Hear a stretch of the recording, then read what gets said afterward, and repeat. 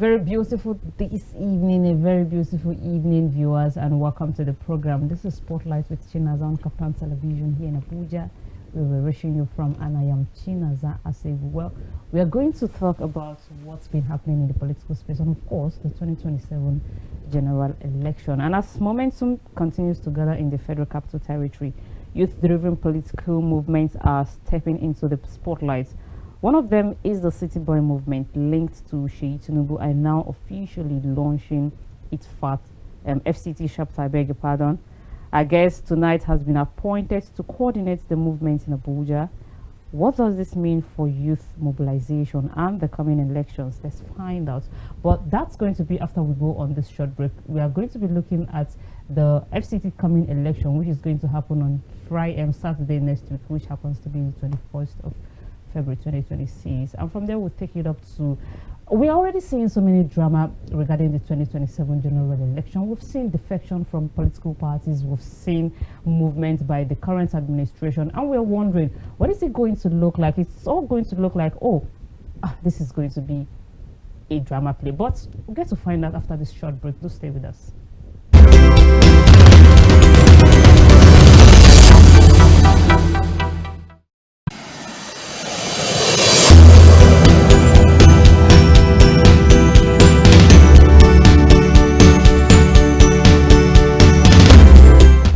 Like I said, we're going to be examining the emergence of the City Boy movement in the FCT, its goal and how it plans to shape participation and outcomes in the upcoming general election. And I am being joined this evening, like I said, one of the coordinators who has been appointed to coordinate that of FCT, and he goes by the name Aja Daniel Onyedeka. He's the coordinator of City Boy Movement's FCT chapter. It's a very big pleasure to have you on the show this evening. Thank you so much for coming. But let me start by asking, how does it feel like to be appointed as one of the coordinators? Yeah, it feels so good. I happen to be the coordinator, contact and mobilization unit of the FCT chapter, City Boy Movement. We have a coordinator in FCT as general in FCT in the name of Honorable Beatrice Lawrence Garki. He doubles as the mandate secretary, FCT Area Council Secretariat and Chieftaincy Affairs. Now, a lot of people have been hearing City Boy Movement, and some are unclear of what it's about. Maybe give us a better understanding of what the City Boy Movement is all about. Well, the City Boy movement, I call it the movement of the people, movement of youth leaders that cut across every sector of the economy. It's about the movement of professionals into politics. We are raising generation of leaders who are to come in and take over from where our fathers have stopped. Because I call it the Youth O'Clock movement. It's a movement for the youth, by the youth, for the youth. So therefore, this is just the simple analogy of what the City Boy movement is about. Okay, so far, how has been the involvement of the youth in the City Boy movement? Yeah, it's been massive. If you look at all the appointments so far from our Director General by name Honorable Sugar, if you look at every state that have gotten a director, state director, you'll see that the young, vibrant youths have been appointed across board, both male and female. These are young politicians, filled with energy, filled with vibes, to go for elective positions across board. There are some Nigerian youth who seem not to be happy with the current administration. Of course, I can see you already wearing the Tinubu 2027. So I wouldn't say you are a supporter and a member of APC. It's clear. So for the youth of who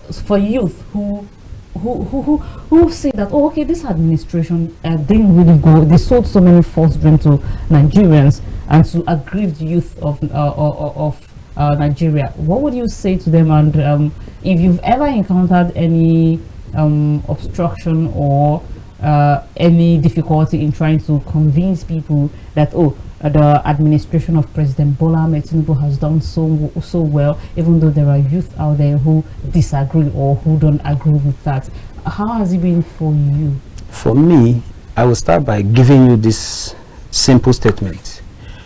Every presidential candidate during the last election told us that when I win, I will take off fuel subsidy. It's not about fuel subsidy. We're talking about inflation, the cost of living, the state of the economy. There are so many things we are looking at in this picture. It's not just about the fuel subsidy. Okay. Just like I said, every presidential candidate campaigned on the premises of using the removal of fuel subsidy. Okay. But when our president came in, from day one, he said fuel subsidy is gone. It takes a political will to have done that. There are many forces that fight against that. But this is a man who says fuel subsidy is gone. And it has its own impact. But on the other side, when you want to get a policy right, you do what we call need assessment of the people.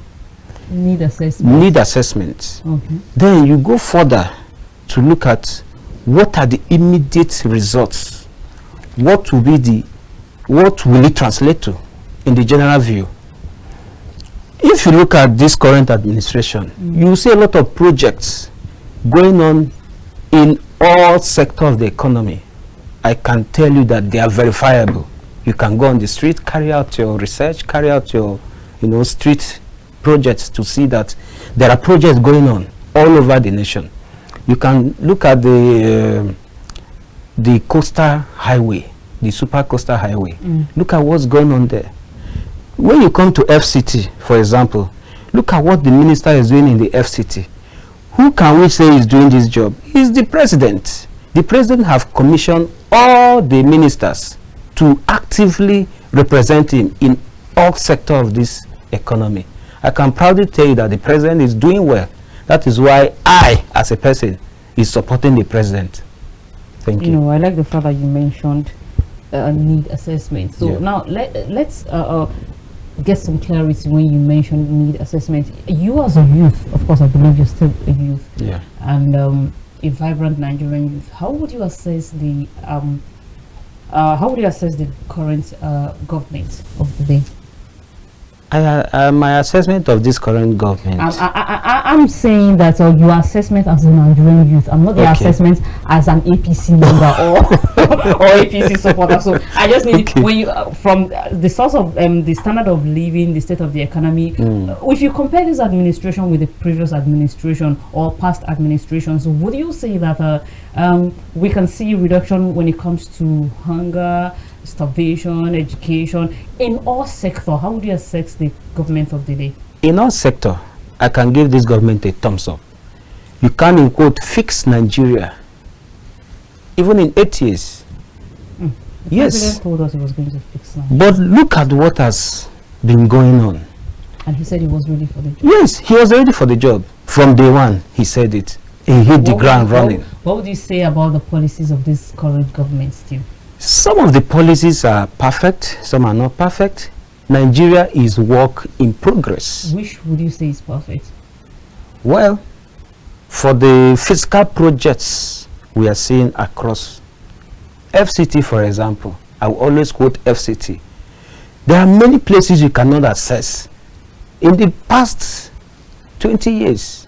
But I can tell you, within the first 2 years of this administration, you see all roads going on in different areas. You can see development going on in different areas within the FCT. So these are the dividends of this democracy we are practicing. So and this government has made it possible. Are you saying that we can see the manifestation of all the dividends of this just in FCT? No, not just in FCT. We are in FCT. But what I'm saying is, my reference point will always be FCT. Because I live in the FCT, I do business in the FCT. You are here in FCT. You can see, you can feel, you can see what's going on in the FCT and other parts of the country. So we are not just about promoting the government. Even when they make mistakes, we tell them this and this, please help us, you know. But looking at the trajectory of this government, we can actually say that the president is doing well. Nigeria cannot be fixed just in, you know, one day. So how long is it going to take for Nigeria to be fixed? I can give Nigeria the next 15 years to be fixed. Yes. From my own perspective and from my own assessment. Why do you think it should take that long? Because I mean, when you say Nigeria as a country, we know that Nigeria is a blessed country when it comes to natural resources and the rest of it. Now, being a giant of Africa, so I'm kind of wondering when you say 15 years. Meanwhile, when the president was coming, he said, "I'm ready for the job." He's ready for the job. That is what he has started, and I can guarantee you that, give this country the next 15 years, you will see the policies the president have started implementing. You will see them working. You will see the many promises the president made. He's actually working on them, and he's been acting on them. You can see what is going on in Nigeria currently. Yes, if you take like I always make reference to Federal Capital Territory. If you take developments, the developmental strides of this current minister, you know that the president is doing well. It will take time for other things to manifest, but first thing first, development. Because when you open up the roads, the streets, development will just, you know, set in. Now, in all sincerity, do you think Nigeria is happy with the current administration, and do you think APC can still retain power come 2027? With my full chest, APC will retain power come 2027 and beyond. Yes, I'm confident of this very thing. Okay. You know, and talking about happiness, Nigerians are happy with the president. That I can tell you. They are satisfied. Really satisfied. Really satisfied. Okay. Yeah. Now let's bring the discussion down to the city boy movement in Abuja. Why do you think Abuja is a strategic state to, you know, begin this? I know you have started in some other places. Yeah. But what do you think, or what would you say that of Abuja, or this is what will make that of Abuja different from every other state? What makes Abuja unique? Abuja is the seat of power. Abuja is a command center for everything in Nigeria. And I can tell you that the reason why Abuja has started the way it started is because of the intellectuals, the professionals that are involved in the city boy movement. That is why FCT have to come out the way it's going, you know. Now, how are you going to practically mobilize young voters across Abuja communities and districts? Yeah, we have set structures. What are those structures? FCT is divided into two, the north and the south. In the north, we have Buhari and Amak. And then in the south, we have Abaji, we have Kwale, we have Gwagwalada, and we have Kuje area councils. We have leaders. We have a northern leader, we have a southern leader, a coordinator who oversees these areas. Cascading it down, we also have what we call area council coordinators across. In all the 6 area councils, there are coordinators who are overseeing those area councils. And then in those area councils, when we bring it down to the ward, we also have ward coordinators with their various offices, with their various assistants, you know. We have structure. Our structures are intact and is the most outstanding structure which the national have adopted to be a general structure for the city boy movement. So in the FCT, we have intellectuals, vibrant youths, to say, who have taken up the responsibility of building the city boy movement within the FCT. Yeah. The city boy. I see that there is so much going on about this city boy movement. But on the long term, what is the long-term plan for the youth? The long-term plan for the youth is inclusivity, taking over the government, Because where our fathers have stopped, it is natural for us, the youth, to continue. Because I think the reason why youth have not been carried along in this country is because of lack of participation. But in FCT, well, some would argue that the youth have not even been given the chance to even try. No. Because when you look at it, when you look at our leaders, it revolves around after a governor, you see the person want to come to Senate, and after Senate, you see the person still want to becoming a minister. So these leaders of tomorrow are not even given the privilege to at least do what they can, or at least try their hands on what they should try. Well, so look at the ministers. How this city boy movement would make a difference. City boy movement started making the difference long ago. Look at the very vibrant ministers we have within this cabinet of President Bola Ahmed Tinubu. These are young people. For example, the Minister of Interior. Go to Ministry of Interior, you see what the man is doing. Wonderful, excellent. Trying to demystify what used to be a long queue for getting your international passport. He has made it so seamless, and other things. There are other things he has done within that ministry. Then looking at the Ministry of Youth Development, he's a very young man. These are members of the City Boy movement. When it comes to policy making and law makings, what would you say about the youth inclusivity and involvement? Youth inclusivity in policy making, involvement, is about participation, just like I said. If youth refuse to participate, who will take up these things? Do you get? But I always call for youth participation. When we participate, when we take our space, we'll be in. We can't continually shout from behind or on the fence. Of course. You know, when we have to participate. Of course. Nobody is stopping us from participation. It's only ourselves. But then when you look at the economic factor and the financial aspect of it, how much was APC's presidential ticket last year? I think it was about 100. No. So you see, would you say a young youth who is trying to, still get their life together, gather their life together, can afford such, not just the form alone, then you talk of campaigns, you know how much it costs to run a campaign and the rest of it. So do you even think it's flexible enough for the youth? For me, as a youth, there are those who have done so well for themselves that can afford those kind of things. But very few. Even if you say very few, I can tell you there are a large number of youths who can afford it, but are refusing to participate. Yes, I can comfortably tell you that. I'm a businessman. I'm well traveled. I discuss. So I know. That is why I'm telling you with my full chest that there are youths. Which have you made an attempt to, maybe House of Representatives, the Senate, or even governor? Have you made an attempt of any? Since you said there are not just few, there are many of the youth who can afford it. Well, I've not interest in it. For now, I've not made any attempt to run for any position. So why haven't you made any attempt? Because the time is not yet ripe. But you're a youth. Yes. And you just spoke about inclusivity and involvement. In politics, you do your calculations. Okay, tell us about it. Yes.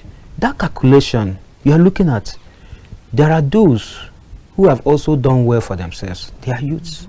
They are there, just waiting to take over the government or take over elective positions from our fathers. The reason why they don't participate is lack of interest. It's not lack of interest. It's lack of interest. Because if you are, I can't speak for everybody, but I can speak for a large number that I represent. It's lack of participation. As I am today, if I decide I want to run for any office, I guarantee you I will get money. I will get sponsors. I think you should, because Nigeria. Yeah. I mean, our country, Nigeria, we need younger people Yes. in office. We Yes. need younger people making laws. We need younger people Yes. in policy making. So we need younger people in all of these areas. So I think maybe you should even take the step already. Okay. In the last almost 10 years, I've been doing what we call behind the scene. Behind the scenes. Yeah. When it comes to National Assembly, I have experience. I have legislative experience. Okay. Yeah. When it comes to business, I have 18 years experience as a businessman. So putting this together, we are talking of ocean of experience, if there is anything like that. So for me, when the time is ripe, you will definitely see me coming up. When should we expect this time to be? You will. No, you will definitely see me coming on board. You should tell us, because like I said, me and some other people are anticipating to see youth when it comes to policy making, when it comes to law making, and the rest of it. At some point, we said, okay, I think we are tired of seeing older faces. We want the youth to do something different. So, one of the trajectory of the City Boy movement is to bring youth on board. From the next election, you will see what I'm talking about, because youths are taking over. That is it. Why do you think Baba is called the last man standing? Let me not let the cat out. Is that what he's called? Baba is the last man standing. Oh, okay. And after then, it is youth o'clock. That is the truth. That is where we stand. It's youth o'clock. So this is me calling on the youths across the nation. It's a call for national duty, you know, for youth to come out and participate in politics. Enter the different political parties, but I'm inviting you to mine, because mine is better. We have good structure. We have good administrative duties, you know. So for us in the APC, we believe in youth participation. That is why you see the number of youths coming on board in the APC. It is not magic.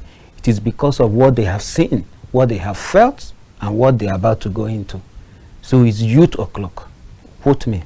Well, I'm going to hold you by your weight anyway. So now the FCT election is coming up in a week time. Yeah. What are your expectations? My expectation is for my party to clear all area councils, all councillors. These are my expectations. Nothing falls short of that. With landslide victory. Yeah, 100% victory for the APC in the FCT. I make boast to say that the structures we have has made it very easy for the APC. So what made you think, or what makes you think that your party candidates are the best for the job? Look at them. They're very, very organized, very well read. Go and verify. They stand a chance. If they don't, I will tell you that from the beginning they would have been shown the way out. Yes, that I can tell you in confidence. So all our candidates are outstanding in their various fields. So I'm very optimistic that we are going to have the day. Very, very optimistic, 100%. Okay, so but then if they make it to, you know, to office, I wish you success anyway. Yeah, thank you. What should Nigerians expect from them, especially when we talk about FCT in particular? We see that there are so many things going wrong in the FCT. As much as the Honorable Minister is doing well, we can see, of course, what he's been doing and what he will do more. But we are looking at some areas when it comes to one chance. The rate of it keeps increasing. What do you think should be done in that aspect? Because it doesn't sound so well that the Federal Capital Territory, you know, people get to experience certain things. I mean, it doesn't even sound good to the ear. Well, in every society, there are criminals. There are those who have decided in their life that they don't want any other thing than criminality. all the security agencies are fighting seriously. I can't come and tell you what the security agencies are doing, but they are working based on intelligence available to them. And they are really curbing this menace of one chance. I can tell you that in the past 1 month, go and verify, the number have reduced because technology have been deployed to fight that menace. And I can tell you for free, it has reduced. That I can assure you. And the minister is not sleeping on that. He is not. He's really fighting together with all the heads of security agencies. They are doing their best to make sure that that particular thing is off. It's just like the last Christmas, the celebrations were, in fact, it was one of the most peaceful, according to my own assessment and the public opinion. It's one of the most peaceful because security agencies came together and looked at what was the issue. They looked at everything and deployed technology to fight those criminals. And I can tell you today that those criminals have been, some are gone, some are eliminated, some, in fact, they are scattered. And that I can tell you. So FCT is gradually coming to that point of, if I let me say, criminal free. So FCT is coming to that point. And I can tell you that insecurity within the nation is also taking, the security agencies are fighting insecurity across board. I give it to them. We also need to encourage them by, telling them, well done, keep doing what you're doing, because the results is evidence to everyone to see. I'm glad you brought up the national security issue, and I would want us to dive into that a bit. Now, when we look at, we've been seeing so many kidnap cases, and yes, we applaud our security agencies that are doing their best, but at some point it does look like their best is not enough. Now, in fighting security, not just in FCT, I mean in the nationwide, what would you think, or what would you suggest that should be done? Because at some point, the president has said, is it equipment, is it funding? What do you think is actually the problem? And we see, especially in the northern parts, where masses cannot even sleep with their eyes closed, and the president has been up and doing, he's been saying a lot about, trying to deal with this menace and the rest of it, but it seems not to be so fruitful. What would you think, or what would you suggest should be done? Do you think these people are underfunded? Do you think we need more hands? Do you think we need international support, of which the American and the Nigerian government has also done some collaboration to tackle the problem? Well, tackling insecurity in Nigeria is a very big issue. It is said that when security of a nation is threatened, the people are threatened as well. And this current administration have deployed every means possible to ensure that insecurity is a thing of the past. I can assure you that this current administration is doing their best. You can't solve this problem in just 4 years, and you can't solve it in just 8 years. But I can assure you that this current administration, I rate it high because it has performed optimally to ensure insecurity is a thing of the past. So for me, job creation is one of the things that will solve this thing, this insecurity within the nation.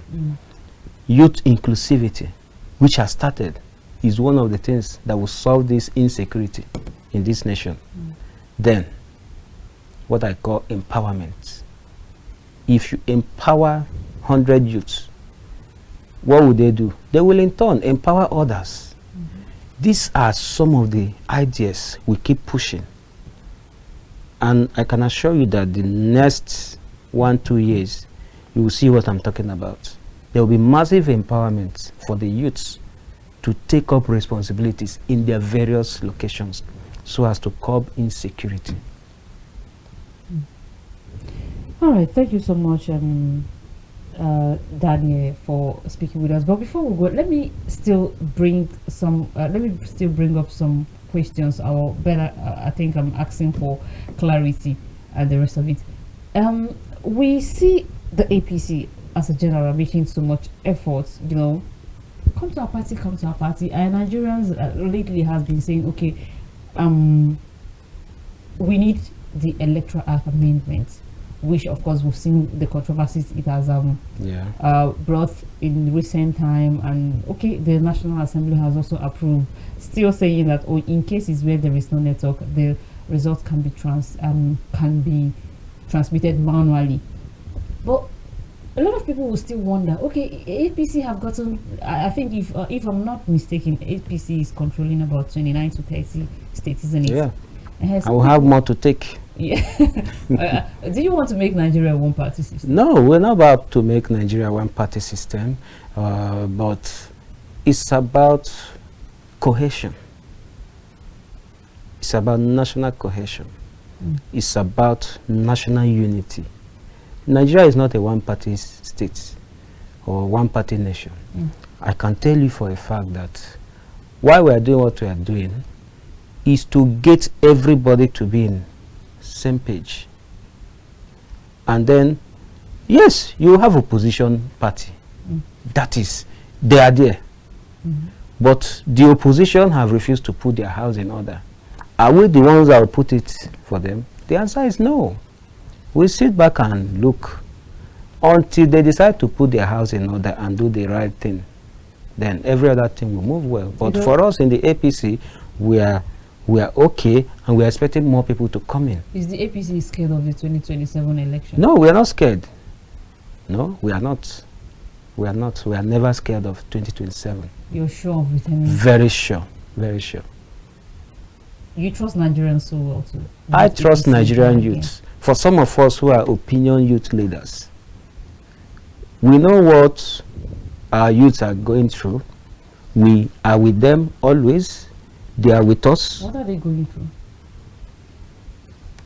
National. National what?